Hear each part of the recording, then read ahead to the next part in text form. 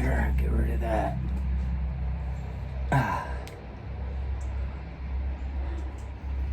I was thinking today about how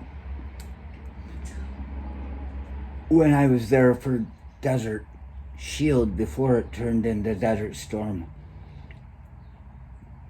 I drove Major Temple to the Saudis, and we met with some colonel in the Saudi military, and he was sitting there and he was talking, and they were Sunnis, and the people we were to be fighting, were the Shiites.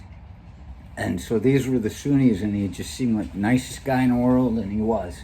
And he said to us, he says, "You see any Shiites and they are giving you problems, you let me know, and I will crush them."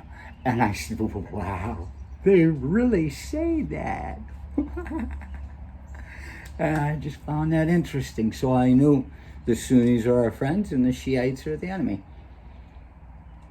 Then I read the book 1984 when I was 30, about 10 years later, and I was glad I waited as long as I did to read that it never came around, because I felt like I had seen enough in my life already at that point that I could understand it a little more than I would if they would put it on me in high school, and I just would have ignored the damn thing.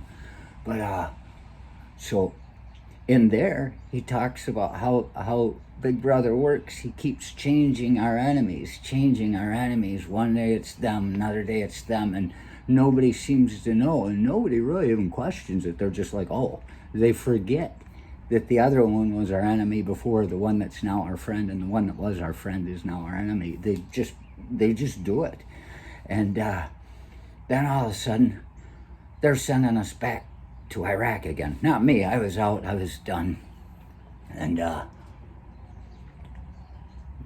they're talking about the Sunnis, they're the problem, the Sunnis, and they're our enemy. And I was like, wait a minute. I'm sitting there thinking, weren't they our friends before?